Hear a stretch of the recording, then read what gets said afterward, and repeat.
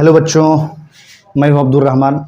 एक बार आपका फिर से स्वागत करता हूं अपने यूट्यूब चैनल डीएन एजुकेशन अड्डा पर। मैं उम्मीद करता हूं कि आपकी तैयारी बहुत शानदार चल रही होगी और आगे भी आप शानदार तैयारी करते रहिए। जब तक के आपको सफलता नहीं प्राप्त होती है तब तक आप लगातार लगे रहिए, निरंतर प्रयास करते रहिए, अथक प्रयास करते रहिए। आओ देखते हैं, पिछला क्लास में जब हम मेडाइवल का देखे थे तो उसमें गुलाम वंश से संबंधित प्रमुख तथ्य और प्रमुख कॉन्सेप्ट देखे थे। आज हम लोग देखेंगे खिलजी वंश के बारे में। तो गुलाम वंश के बारे में एक बार रिवीजन भी कर लेना, कॉपी पेन लेके बैठना, खूब शानदार फेयर करना, ठीक है। स्पाइरल कॉपी लेके बैठना। देखो एक बात जानो कि एक बार फेयर करना है, बढ़िया से रेगुलर पढ़ना है।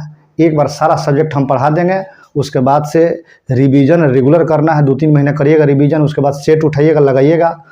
उसके बाद किसी भी एग्ज़ाम में बैठिएगा ना तो रिजल्ट किसी के औकात नहीं है कि रोक देगा। ये मेरी अपना गारंटी है, मेरा अपना अनुभव है। क्लियर? आओ देखते हैं खिलजी वंश। खिलजी वंश के बारे में बताया जाता है, खिलजी वंश के बारे में बताया जाता है कि ये खल्ज प्रांत के रहने वाले थे। कहाँ के रहने वाले थे? खल्ज प्रांत। नहीं है कोई बात नहीं, यह खल्ज प्रांत के रहने वाली एक जनजाति थी। यह खल्ज प्रांत के रहने वाली एक जनजाति थी।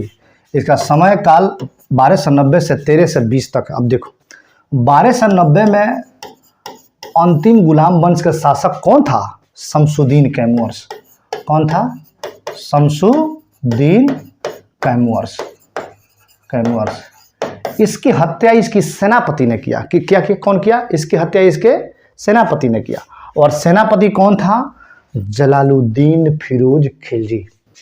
जलालुद्दीन फिरोज खिलजी इसकी हत्या करके और स्वयं एक विशाल साम्राज्य खिलजी वंश की स्थापना किया। अब देखो खिलजी वंश की स्थापना कोई इतिहासकारों ने खिलजी क्रांति का नाम दिया। खिलजी क्रांति का नाम दिया। खिलजियों ने ही भारतीयों को उच्च पदों पर नियुक्त करने की परंपरा आरंभ की। क्या बात है, बहुत शानदार कॉन्सेप्ट और फैक्ट है। खिलजियों ने ही भारतीयों को उच्च पदों पर नियुक्त करने की परंपरा की शुरुआत की या आरंभ की। अब देखो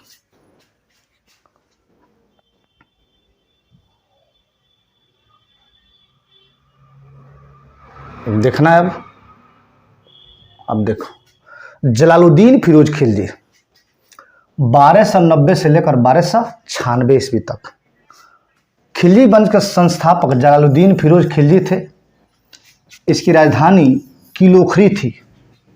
इसकी राजधानी किलोखरी थी। अब देखो इन्होंने जनता के इच्छाओं के अनुरूप ही शासन किया।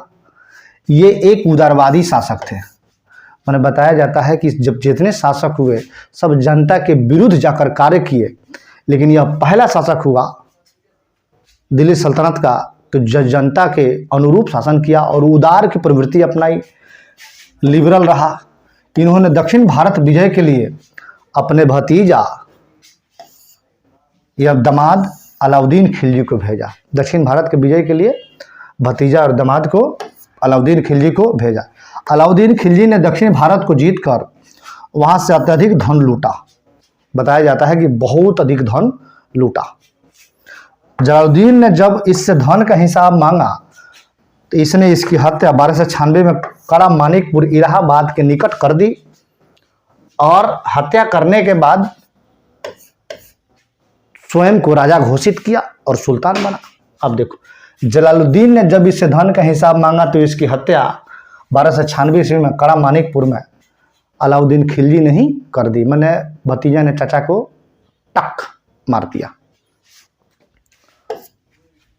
जलालुद्दीन फिरोज खिलजी सल्तनत का पहला ऐसा सुल्तान था जिसकी आंतरिक नीति दूसरों को प्रसन्न करने के सिद्धांत पर आधारित थी। जलालुद्दीन खिलजी ने कहा कि मैं एक वृद्ध मुसलमान हूँ और मुसलमानों के रक्त बहाने की मेरी आदत नहीं है। मतलब ये समझ जाओ कि मारपीट से दूर रहता था। अब देखो अलाउद्दीन खिलजी के बारे में बताया जाता है। अब प्रश्न आता है कि अलाउद्दीन खिलजी और उससे संबंधित प्रमुख तथ्य क्या क्या है। अलाउद्दीन खिलजी 1296 से लेकर 1316 तक शासन किया। कब से कब तक शासन किया? 1296 से लेकर 1316 तक शासन किया। अब देखो, इसके बचपन का नाम अली तथा गुरसास्प था। अलाउद्दीन खिलजी के बचपन का नाम अली तथा गुरसास्प था। इसका और अन्य नाम भी था, जैसे इसे कहा जाता है सिकंदर द्वितीय। सिकंदर द्वितीय की उपाधि मिली थी। जनता का चरवाहा कहा जाता है इसे, जनता का चरवाहा। अन्य उपाधि भी है इसके पास। अब देखो, इसका राज्याभिषेक बलबन के लाल महल में हुआ था। बलबन द्वारा निर्मित जो लाल महल था उसी में अलाउद्दीन खिलजी का राज्याभिषेक हुआ। इसने सिकंदर की भांति विश्व विजेता का अभियान चलाया, अतः इसे द्वितीय सिकंदर या सिकंदर सानी भी कहा जाता है। अलाउद्दीन खिलजी अपने बारे में कहता है कि ना रोज़ा, न नमाज, न कुरान, फिर भी सच्चा मुसलमान हूँ कहा करते थे। मैंने उनके कहने का मतलब कि सबसे पहले जनता और जनता के हित और जनता के कल्याणकारी बात योजना, उसके बाद जो तथ्य कहता है धर्म का, उस पर ध्यान देना है। ना रोज़ा रखना, ना नमाज पढ़ना, ना कुरान पढ़ना, फिर भी मैं सच्चा बताया अलाउद्दीन खिलजी ने कि मुसलमान हूँ, यही कहा करता था।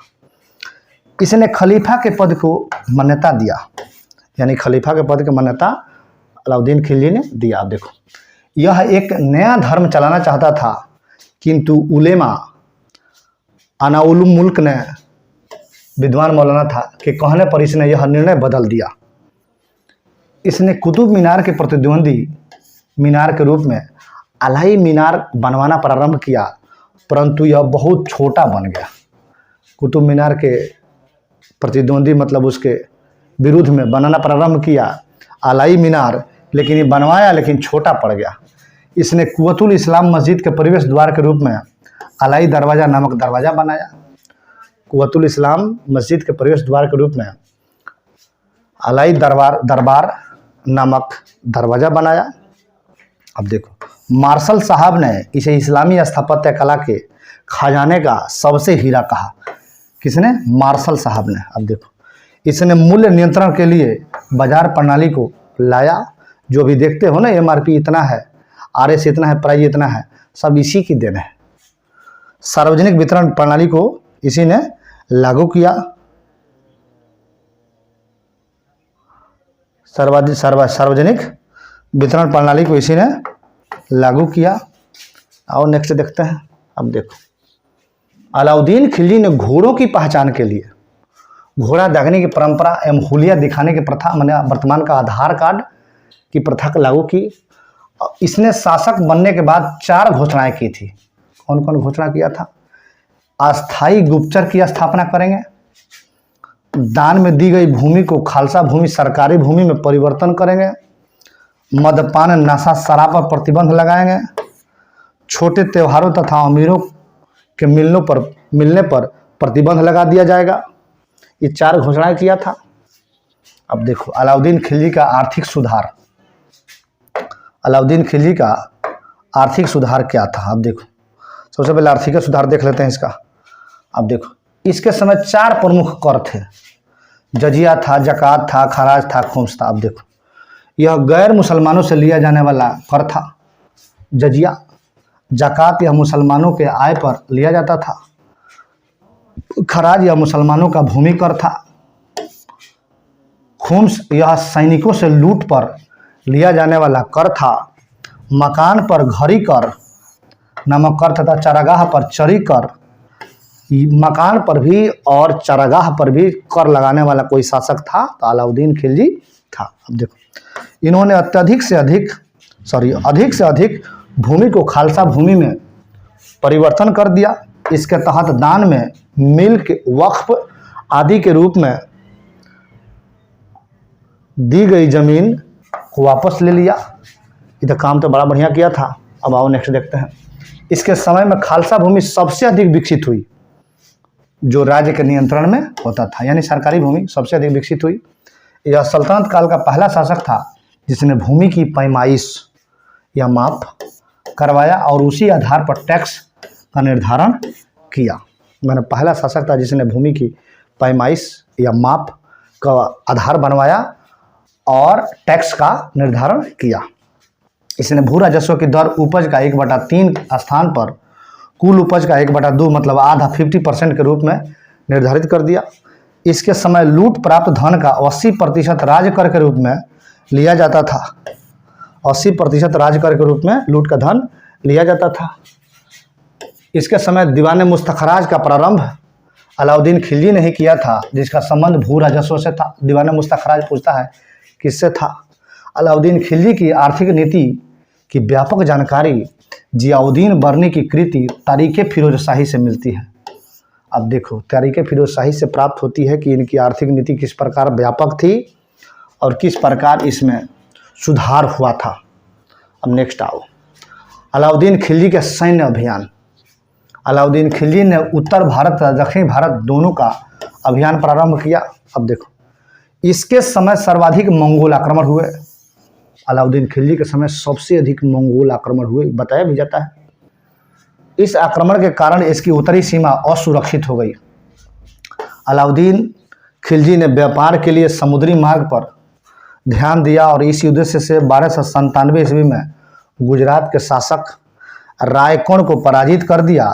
इस आक्रमण का नेतृत्व नुसरत खां कर रहे थे। इसी दौरान 1000 दिनार में मलिक काफूर उर्फ चंदराम, नाम इनका देखो, चंदराम नामक एक हिजड़ा खरीदा गया। अब प्रश्न पूछता है कि मलिक काफूर किस अभियान के दौरान खरीदा गया। तब 1297 में जो गुजरात का अभियान हुआ वहीं से खरीदा गया। एक बाजार था, उसी बाजार से, कच्छ के रण में बाजार था, वहीं से वह खरीदा गया। अब आओ, मलिक काफूर को 1000 दिनारी भी कहा जाता है। नुसरत खां ने मलिक काफूर को खरीद कर 1298 ईस्वी में गुजरात विजय से वापस आने पर अलाउद्दीन को उपहार भेंट किया था। गुजरात मार्ग में राजस्थान के शासक बाधा बन रहे थे। 1301 ईस्वी में अलाउद्दीन ने रणथंभौर जीता। इसी अभियान के समय नुसरत खां मारा गया। 1303 ईस्वी में अलाउद्दीन ने चित्तौड़ को जीता। यही चित्तौड़गढ़ को जीतने में सबसे अधिक कठिनाई अलाउद्दीन खिलजी को हुई थी। 1303 में ही अलाउद्दीन खिलजी ने सिरी दुर्ग का निर्माण करवाया। यही 1303 ईस्वी में चित्तौड़गढ़ का जो रानी थी, रानी पद्मावती, उसी की सुंदरता से मंत्रमुग्ध होकर उस पर ज़्यादा चढ़ाई किया था, लेकिन सफल नहीं हो पाया। अंत में रानी पद्मावती अपने अन्य साथियों के साथ जौहर व्रत का पालन कर ली, चिता सजाई, आग लगाई, उसी में कूदकर जान दे दी। अब देखो, चित्तौड़ अभियान अलाउद्दीन ने रानी पद्मावती के लिए किया था, अभी बताया भी है, और यहाँ के राजा रतन सिंह थे को पराजित कर दिया। किंतु चित्तौड़ की महिलाओं ने जौहर कर लिया। जौहर कर लिया कहने का मतलब कि चिता सजाई और उसको में कूद कर जान देती। राजपूत महिलाएं विदेशी आक्रमण से स्वयं को स्वाभिमान की रक्षा के लिए जलती आग में कूद जाती थी और इसे ही जौहर प्रथा कहा जाता था। इन्होंने चित्तौड़गढ़ का नाम बदलकर खिजराबाद रख दिया। ठीक है, रख दिया, कोई बात नहीं। अलाउद्दीन ने दक्षिण भारत में विजय की जिम्मेदारी मलिक काफूर को सौंपी। अलाउद्दीन खिलजी ने दक्षिण भारत के विजय की जिम्मेदारी मलिक काफूर को सौंपी। मलिक काफूर ने 1307 ईस्वी में देवगिरी के राजा रामचंद्र देव को पराजित कर दिया। किंतु रामचंद्र देव की वीरता को देखकर अलाउद्दीन ने उसे गुजरात के नवसारी का जागीरदार बना दिया। गुजरात के नवसारी का जागीरदार बना दिया। अब देखो, 1309 का अभियान। 1309 ईस्वी में इसने वारंगल के शासक प्रताप रुद्रदेव को पराजित कर दिया। प्रताप रुद्रदेव ने अपने सोने की मूर्ति बनाई और उसमें जंजीर पहनाकर अलाउद्दीन को भेजा। साथ ही कोहिनूर हीरा भी भेजा और उसके बाद अधीनता स्वीकार कर ली। ये सब साउथ इंडिया का नेतृत्व कर रहा है मलिक काफूर। 1310 ईस्वी में मलिक काफूर ने होयसल वंश पर आक्रमण किया, किंतु उसकी राजधानी द्वार समुद्र को नहीं जीत सका। क्या क्या नहीं जीत सका? नहीं जीत सका। नहीं जीत सका। अब देखो 1311 ईस्वी में मलिक काफूर ने पांड्य वंश की राजधानी मदुरै पर आक्रमण किया। मदुरै पर आक्रमण किया। मदुरै पर आक्रमण करने का उपरांत यहाँ से मदुरै से लूटपाट की और जीता। इसका उत्तर भारत का अंतिम अभियान 1311 ईस्वी में जालौर के विरुद्ध था। क्लियर। अब देखो अलाउद्दीन जब निजामुद्दीन औलिया से भूमि का हिसाब मांगा, उसने कहा मेरे घर में 10 दरवाजे हैं। उसने कहा क्या कि मेरे घर में 10 दरवाजे हैं।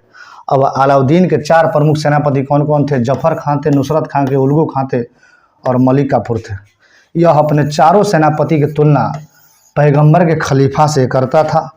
अलाउद्दीन खिलजी ने मंगोल आक्रमण को रोकने के लिए उलगू खां और जफर खां तथा नुसरत खां के सेनापतियों की सहायता ली। अब देखो मंगोलों से लड़ते हुए जफर खां की मृत्यु 1299 में हो गई। अलाउद्दीन खिलजी के समय में अंतिम मंगोल आक्रमण 1307 ईस्वी में हुआ।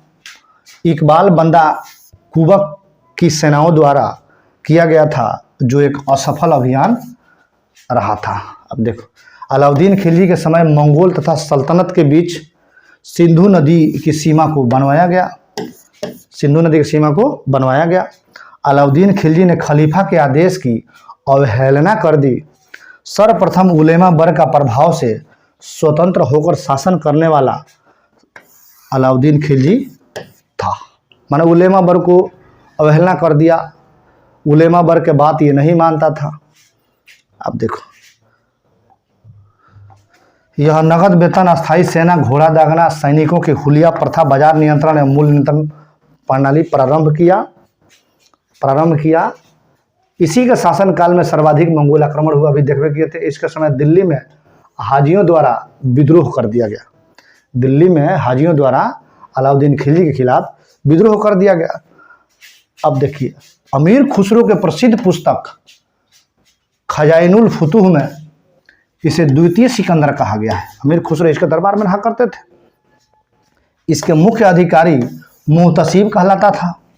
सिरी का किला, जो इनका स्थापत्य कला है जो बनाए हैं, सिरी का किला, 1000 खंबा महल, अलाई दरवाज़ा, जमायत खाना मस्जिद का निर्माण इसने करवाया।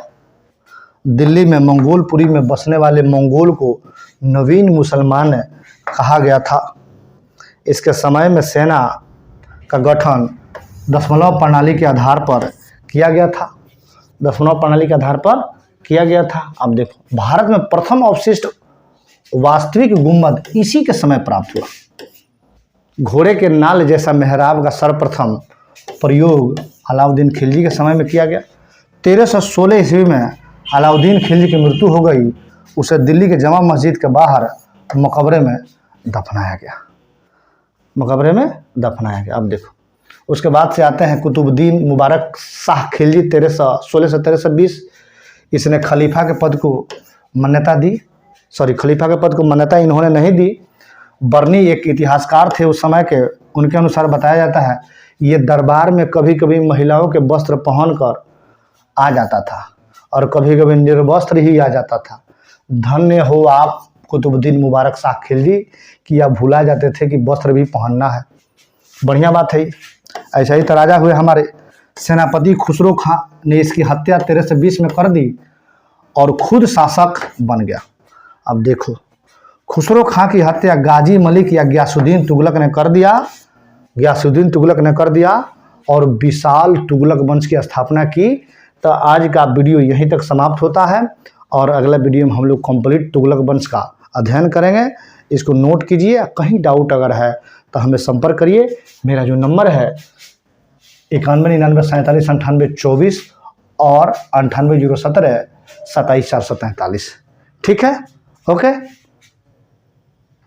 देखते रहिए वीडियो मेरा, लगातार बने रहिए मेरे साथ। तब तक ले लेते हैं विदा। धन्यवाद, थैंक यू।